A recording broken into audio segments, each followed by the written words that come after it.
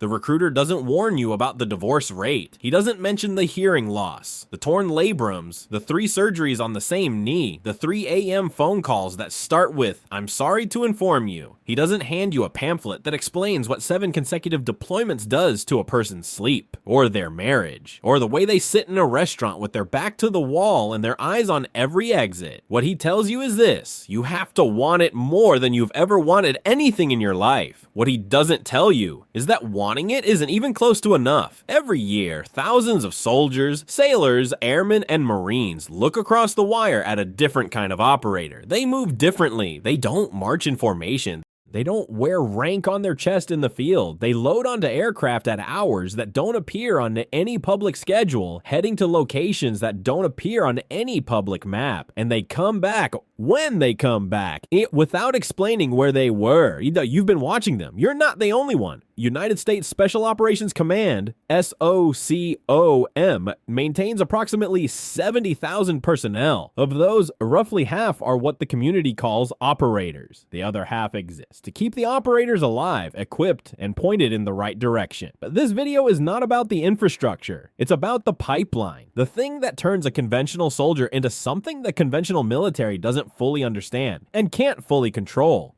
The attrition rate from initial selection to operational deployment sits between 60 and 80% depending on the component. That means for every 10 people who raise their hand, 6 to 8 will not make it. So why do they keep raising their hands?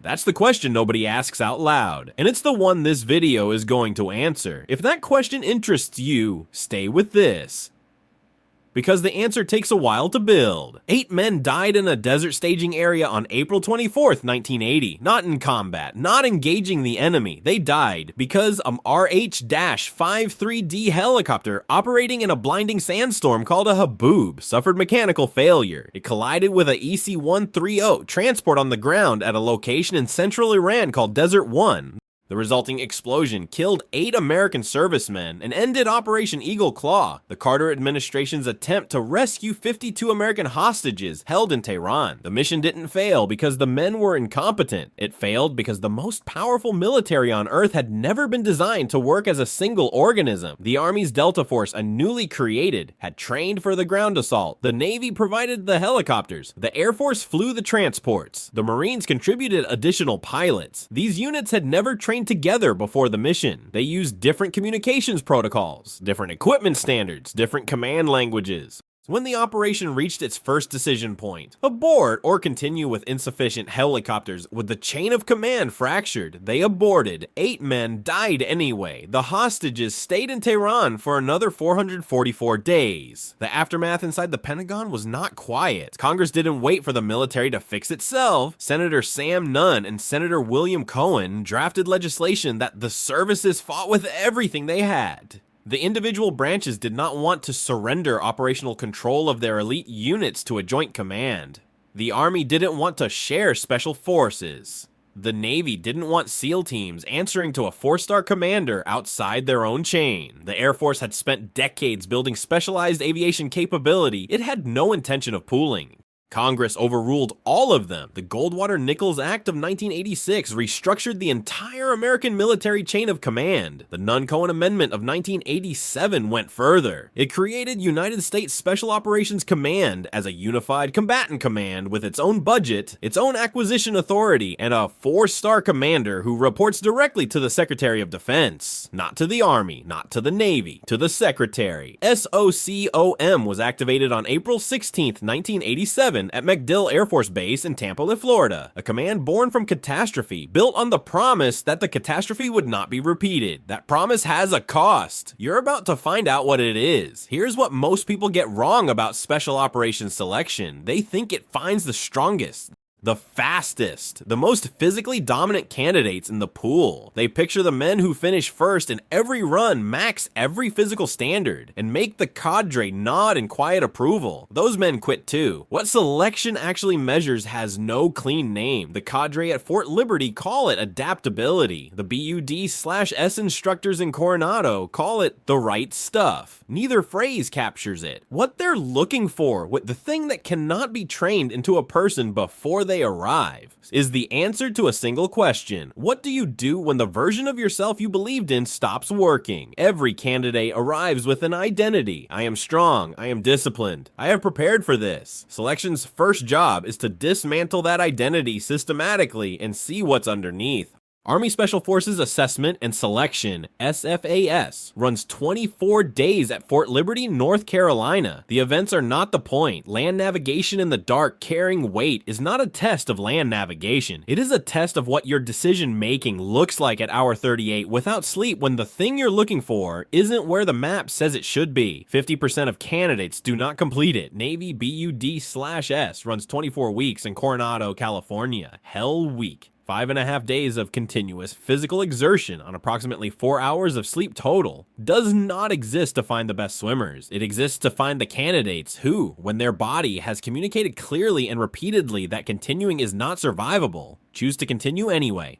Between 75 and 80% of each class rings the bell and walks away. The bell is there, so the decision is clean. No injury required, no explanation needed. You decide you're done, and you ring it, and it's over. The men who ring the bell are not weak. Some of them are the strongest candidates in the class by every measurable standard. What they lack, and this is not a moral failing, actually, is the specific and somewhat unreasonable relationship with personal limits that the special operations community requires its members to maintain for the length of a career. Marine Raiders, Air Force Special Warfare. Each pipeline has its own architecture. Each attrition rate is different. The principle is identical across all of them. SOCOM does not lower the standard to fill the ranks, ever.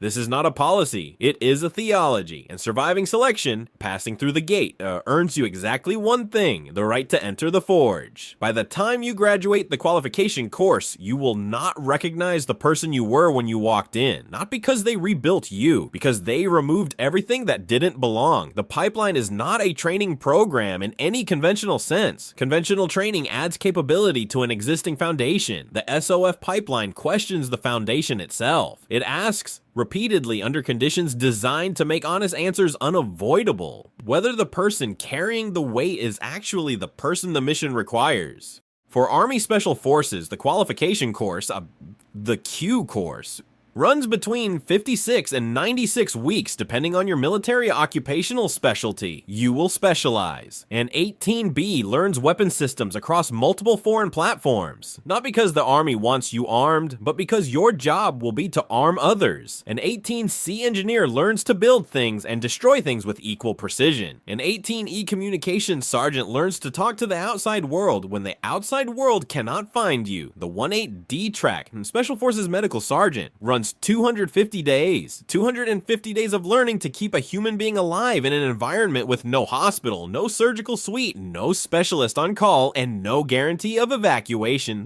The battlefield medics this track produces are, without serious debate, among the most capable trauma clinicians in any military on Earth. They are not doctors. What they can do in a dirt floor building with what fits in a rucksack would make most emergency physicians uncomfortable. So you will learn a foreign language, not conversational fluency. Functional operational fluency, enough to negotiate, to build trust, to understand what is being said in the room when the people in the room believe you don't understand. You will complete Robin Sage, 18 days in the rural counties of central North Carolina, which have served as a simulated denied territory environment since 1974. The civilians who interact with you during Robin Sage are real. The political dynamics of the fictional country you're operating in are real enough to fail. It is the closest thing to operational reality that training can manufacture. For Navy SEALs, SEAL qualification training follows BUD/S, adding land warfare, close quarters combat, and advanced diving to what Coronado already built. For Air Force Special Tactics operators, the full pipeline stretches past 2 years. For Marine Raiders, the individual training course at Camp Lejeune builds a special operations layer onto a Marine infantry foundation that was already demanding. In every pipeline, the washout rate continues past selection. Men who survived Hell Week fail the academic requirements. Men who endured SFAS cannot master the technical standards that follow it. The pipeline does not care about your pain tolerance if you cannot read a schematic. When you emerge, and if you emerge, you receive your qualification, your tab, your trident, your beret. It is not a reward. It is a receipt, proof of payment for what comes next. And what comes next costs more. Every simulation is a lie, not because the training is wrong. The training is exceptionally good, but better than any conventional force produces, better than most allied militaries can conceive of, but no training environment can manufacture the specific weight of a decision that cannot be undone. You can replicate the physical conditions, the darkness, the noise, the sleep deprivation, the communications failure at the worst possible moment.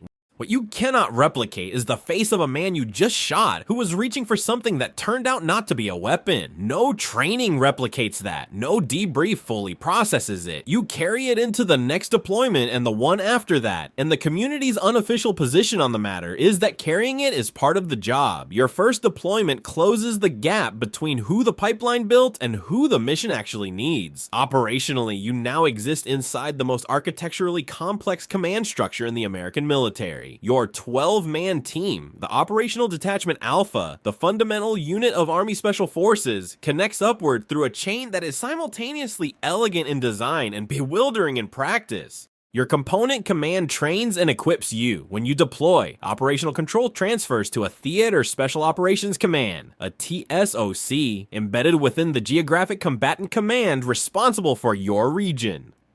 SOCCENT for Central Command, SOCEUR for European Command, SOCAFR, ICA for the continent. The TSOC does not care about your training cycle, it cares about what the theater commander needs tonight. The mission set you're now executing has a breadth that distinguishes SOCOM from every other special operations organization on the planet. Direct action, raids, ambushes, hostage rescue, foreign internal defense, building a partner nation's military capacity so they can fight their own wars.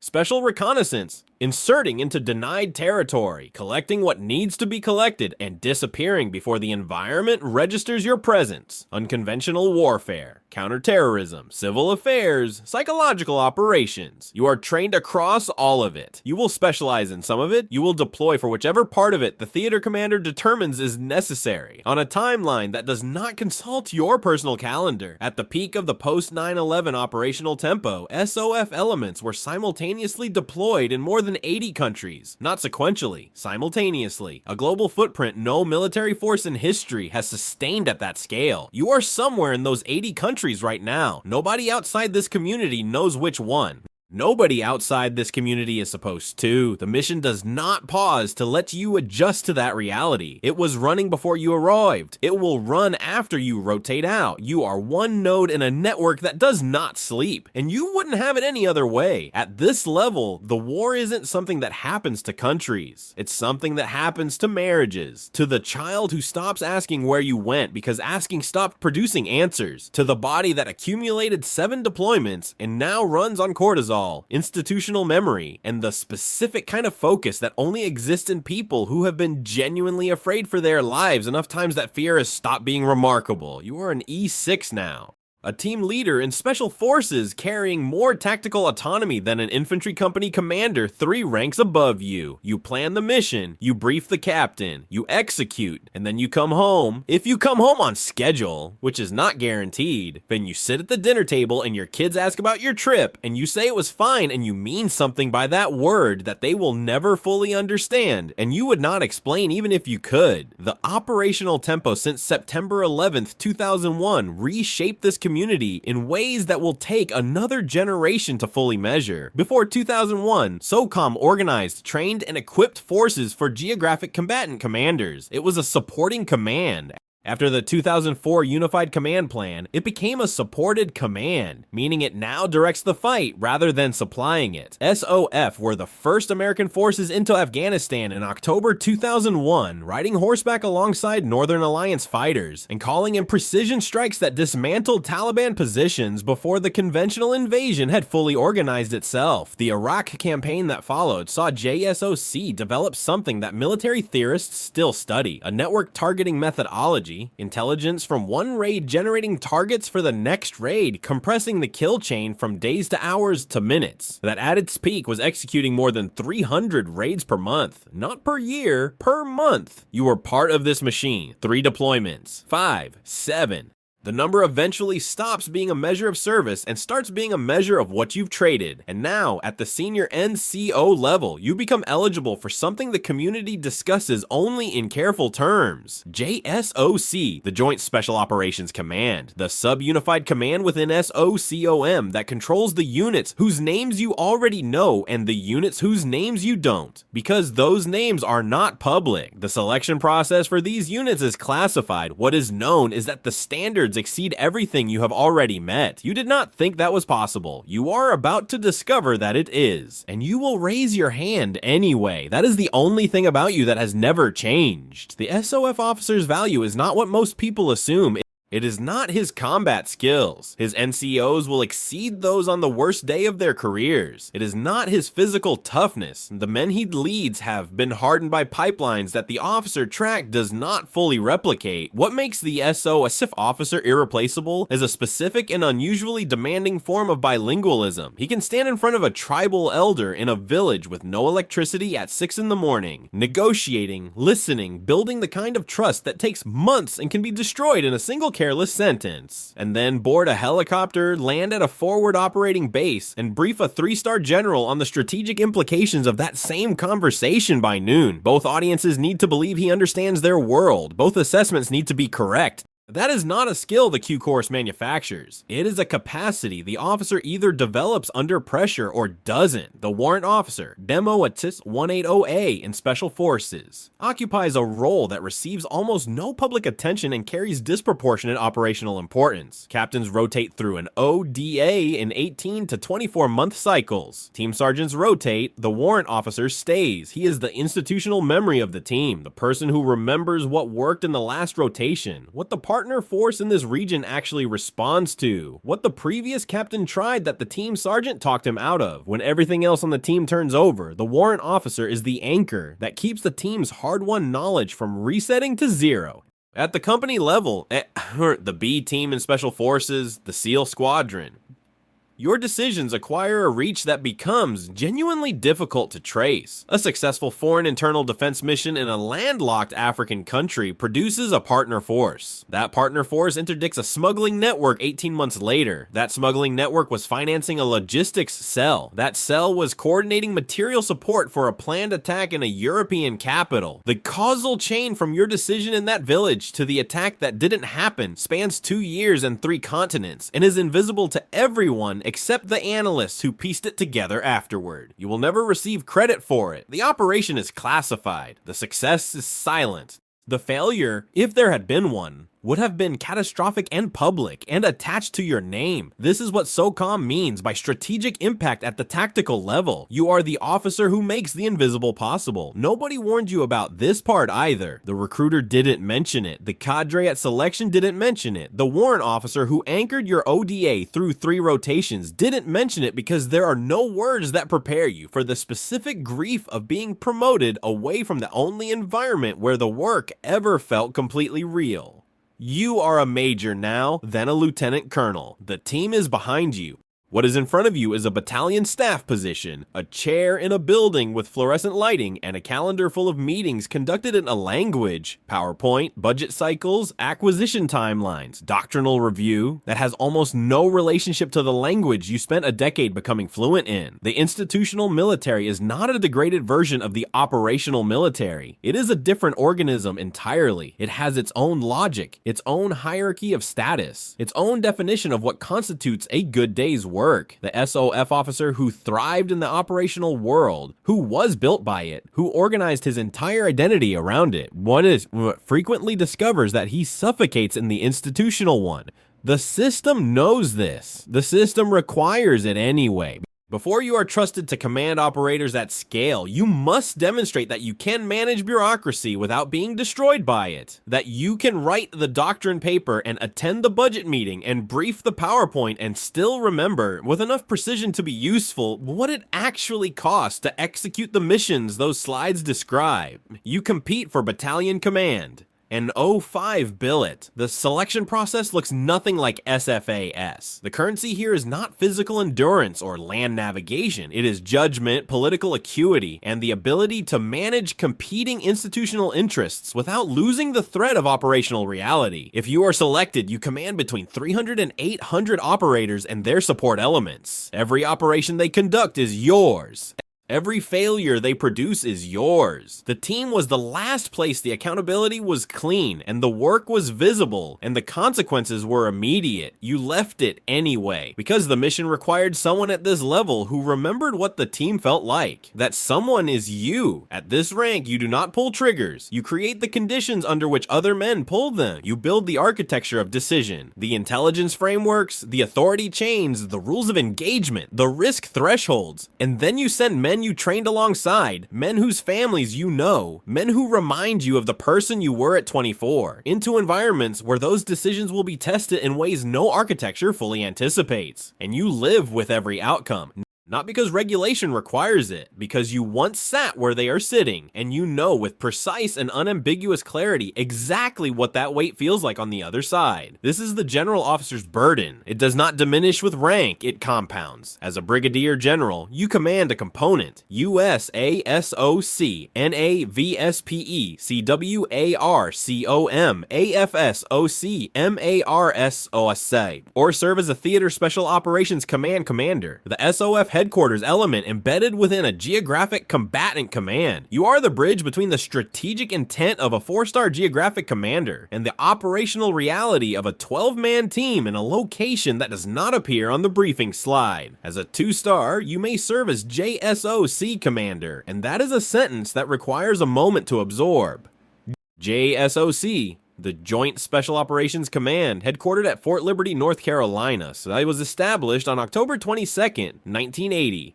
18 months after Desert 1, born from the same failure that created SOCOM itself, designed to ensure that the most sensitive counterterrorism operations the United States conducts are executed by units that train together, communicate together, and trust each other at a cellular level. Its assigned units include the Army's Combat Applications Group, known publicly as Delta Force, the Naval Special Warfare Development Group, known publicly as SEAL Team 6 or DEVGR, the 24th Special Tactics Squadron, the Intelligence Support Activity, the Regimental Reconnaissance Company of the 75th Ranger Regiment, and units whose designations are not public, whose existence is acknowledged only in the negative space of official statements.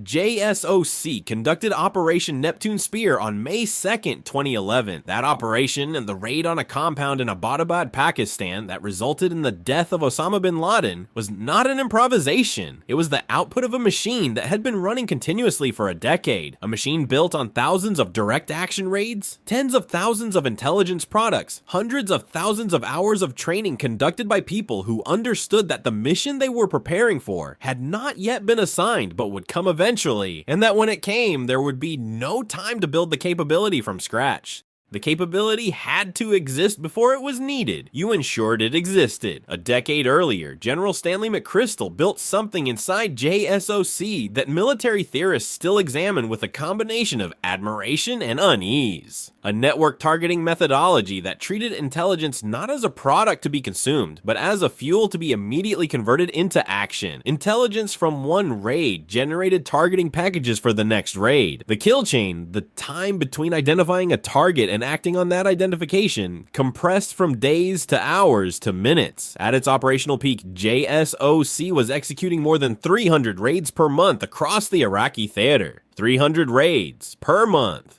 The Taliban called McChrystal's force the Angels of Death. Not because of their lethality, though that was real, because of their invisibility, because they arrived without warning and disappeared before the environment could respond, and the only evidence of their presence was the absence of whoever they had come for. You are now the general who commands the people who built that legacy, who maintains it, who adapts it to the next threat environment, which will not look like the last one, and will not wait for the adaptation to be complete before it arrives. As a 3-star, you exist at the intersection of military capability, intelligence community equities, diplomatic constraints, and presidential authority. You brief the National Security Council, you coordinate with CIA leadership, You manage relationships with Allied Special Operations commands across Five Eyes and NATO, commanders who trust you because the community you represent has spent decades demonstrating that its word once given holds. You make recommendations that result in men being sent to places where they may die. The SOF truths hang on the wall of your headquarters. You have read them so many times they have stopped being words and become something closer to weight. Humans are more important than hardware. Quality is better than quantity. Special Operations Forces cannot be mass-produced. Competent Special Operations Forces cannot be created after emergencies occur. That last one, you return to it, cannot be created after emergencies occur, meaning the force must exist before the emergency,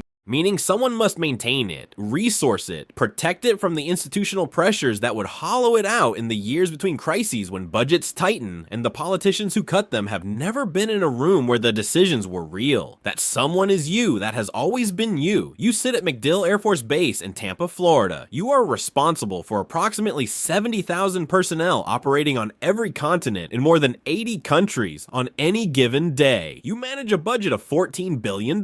You oversee Green Berets, SEALs, Rangers, Marine Raiders, Night Stalkers, Combat Controllers, Pararescue Men, Civil Affairs, Psychological Operations, and the units whose names do not appear on that list because their names are not cleared for that list.